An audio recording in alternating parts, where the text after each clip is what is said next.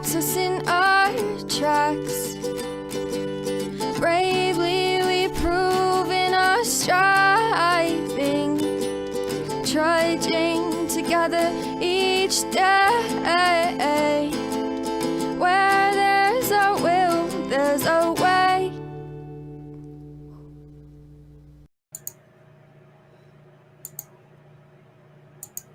I know I'm like 10 minutes late. You're lucky I showed. I have a feeling it's going to be another day in bed. I don't know. This doesn't feel like meds anymore. This feels like I might be sick. Rat roll. Can't have a sick Dion. It's no good. I'm already cranky. So I had to build up the energy to come and do this. So been up for 3 hours. I'm ready for bed. Stuff just wears me out. I am going to be reading out of the big book today. I'm just keeping it simple and reading straight out of the big book. Nice and easy. There is a solution. Back to basic kind of stuff. See, when these things go on, I can rely on things like my foundation. You know, I can do those steps 1, 2, and 3. So, we're close enough to the 3-minute mark. Let's go ahead and do introductions and get started. Oops, wrong button. Welcome to the Daily Trudge. My name is Dion. It's Thursday. If you're here, please say hello, whether you're watching the live or the rewatch. Looks like we're doing purple today. Let's go ahead and switch that. Yeah, let's do that. Let's go with, oops, wrong one. Let's go with whoa. There we go. I'm going to go with yellow today. There you go. I like that. Looks good. Then we're going to change that over to news. News. It's not supposed to say that. There we go. Okay. I'm messing around. All right, let's get started. Hi, Amber.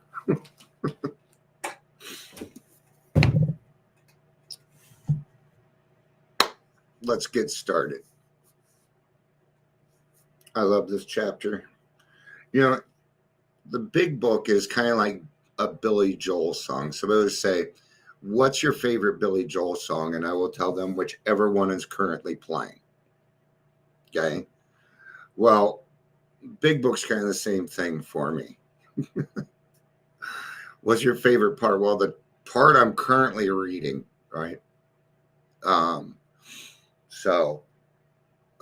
going to try and keep this as lighthearted as possible because I need more laughing than I need anything else because I'm just not feeling well.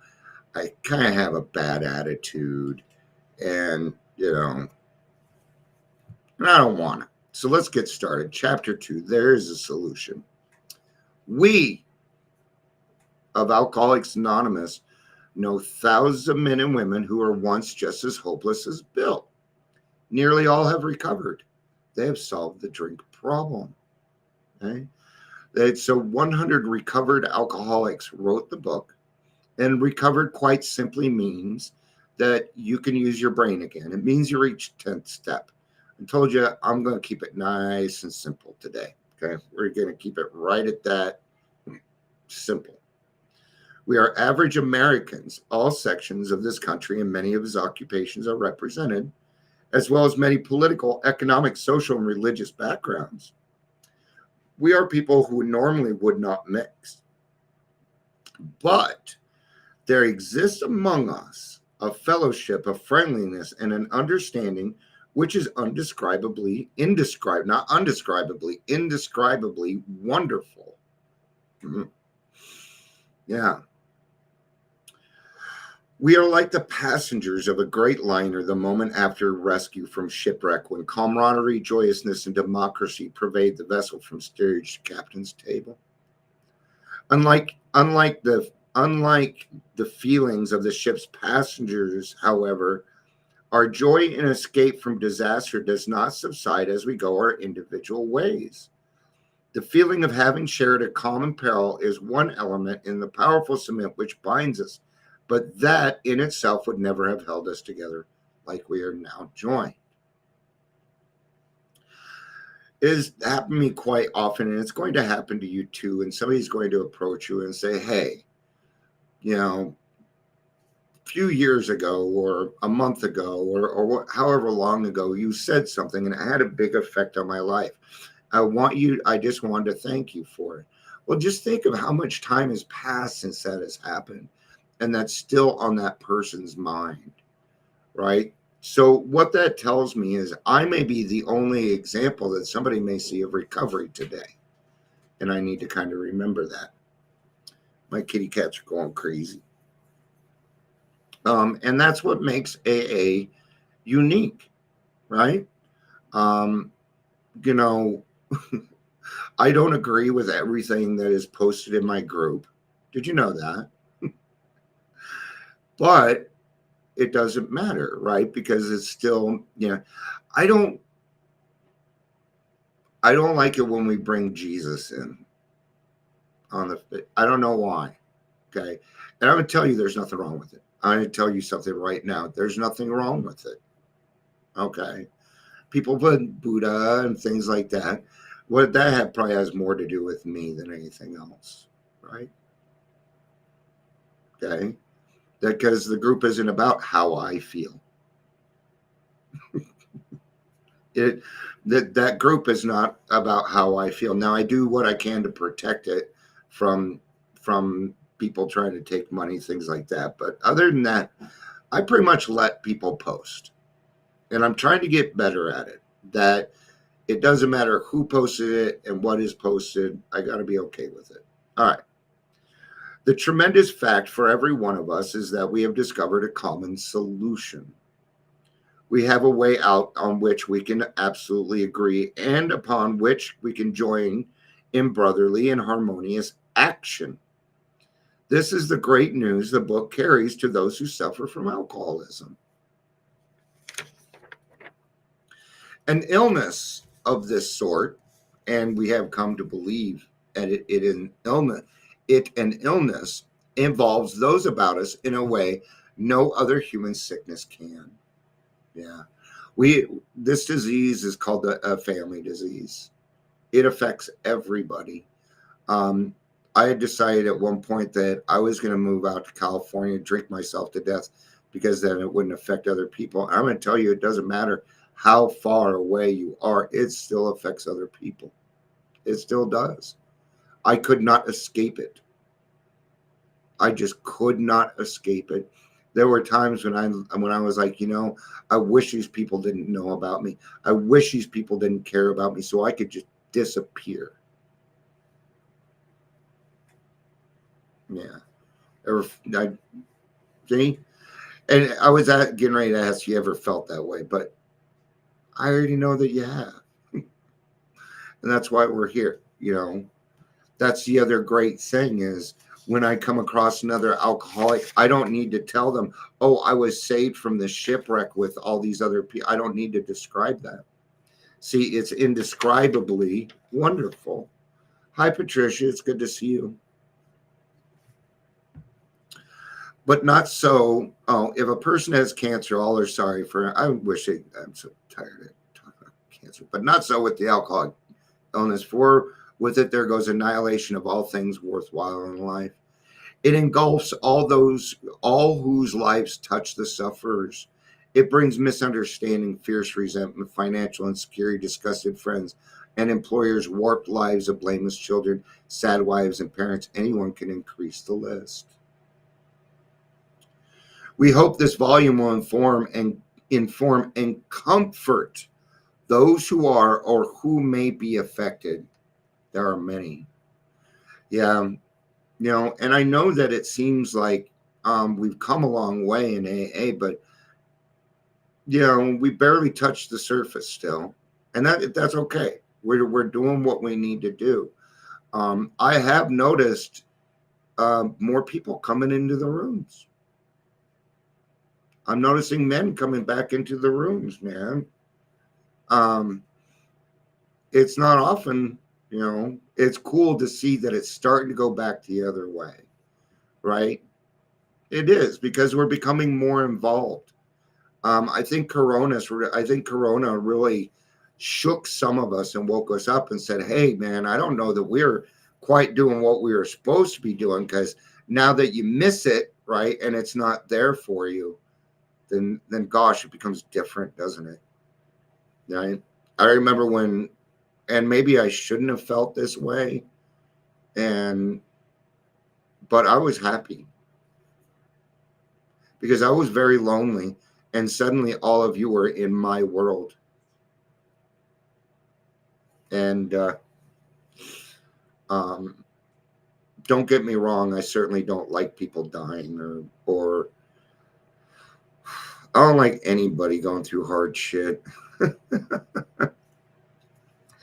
Highly competent psychiatrists who have dealt with this have found it sometimes impossible to persuade an alcoholic to discuss his situation without reserve. And then you'll find some psychologists that think that they can do it. And they try again and they try again because they will not listen to their predecessors. And that's what we need to do right now with some of the stuff what I was talking about earlier. This is kind of what this is kind of right here what I've been talking about and the agreement that we're coming to and that it's working and it's really cool. Strangely, impossible to persuade an alcoholic to discuss his situation without reserve. Okay. Number one, why? Because if I tell you how I actually feel, you're going to put me away. If I tell you how I actually feel, you're going to call me crazy. You're going to put me on meds. You're going to lock me up. So I'm fine, thank you. That's why. Okay, for men, anyway. Strangely enough, wives, parents, and intimate friends usually find us even more unapproachable than do the psychiatrist and the doctor. That part I don't get because I trust my wife. She would never do anything to intentionally hurt me, right? So these people have had a hard time getting through to us. But the ex-problem drinker who has found this solution, and that's us, okay? We are ex-problem. I'm an ex-problem drinker. Alcohol is no longer my problem. I'm my problem, right? So therefore, I'm an ex-problem drinker. And the other day, my friend Lori was on here also, right? And we were kind of talking about that, where, she preferred, she doesn't want to be known as a drug addict because then her brain goes to that. And I get that, man. I understand that. So, sometimes it's going to be hard for us to move beyond that. But you are an ex-problem drinker who has found the solution. Okay. And you might need to accept that about yourself. Right? Because we never imagined ourselves being that person. So, right? Who is properly armed with facts about himself. And there's the difference. See, I've been there. Alcoholism is one of the loneliest diseases in the world. Okay? It is. That I've experienced. Let's qualify that I have experienced, okay? Because the way I said it makes it seem like other people, yeah, and that's just not true, okay? Armed with facts, it can generally win the entire confidence of another alcoholic in a few hours. Until such an understanding is reached, little or nothing can be accomplished. And for us, this is where it starts for detox with us, okay? that the man who's making the approach has had the same difficulty, that he obviously knows what he's talking about, that his whole deportment shouts at the new prospect that he is a man with a real answer, that he has no attitude of holier than thou, nothing whatever except a sincere desire to be helpful, that there are no fees to pay, no axes to grind, no people to please, no lectures to be endured. These are conditions we have found most effective. After such an approach, many take up their beds and walk again. Yeah. Right? And that we call it the evening up process, which just means the sum total of the day. Okay. And we take what it is that we have in our experience, our strength, and our hope, and we start to tell it, and other people go, oh man, did this person read my mail? Has this person been following me around or something? You'll go to a speaker meeting and the speaker will be talking and the story will be dead on to yours. Yeah. And they're a totally different person. They may even be a different gender than you, but their story is so close that it brings hope to weary eyes. Okay? We are miracle workers. We truly are. And when we let God work through us to be able to do that, great things happen. Really great things happen.